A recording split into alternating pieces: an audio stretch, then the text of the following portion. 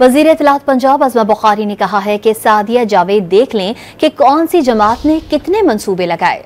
उन सियासी जमातों के पास दूसरों के काम में कीड़े निकालने के अलावा और कोई काम नहीं। वो लाहौर में मीडिया से गुफ्तगू कर रही थी।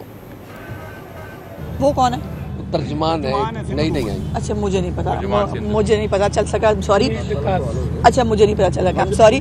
तो वो बहन पहले जो है वो अपनी माशरती इलूम, अपनी जो है ना वो सियासियात, वो ये सब कुछ दुरुस्त कर लें और पाकिस्तान के मंसूबे निकाल के देख लें कि उसमें से नून लीग के मंसूबे कितने हैं। और मैं देखिए आज के दिन भी बहुत है, मैं किसी उसमें तफरीक में नहीं पड़ जाती, लेकिन आज प्रॉब्लम यह है कि इन सियासी जमातों के और कुछ नहीं है बताने के लिए, करने के लिए, सिवाय इसके कि हम जो है वो मरीम नवाज के किसी जो है वो जो काम कर रही है उसमें कीड़े निकालने की कोशिश करें।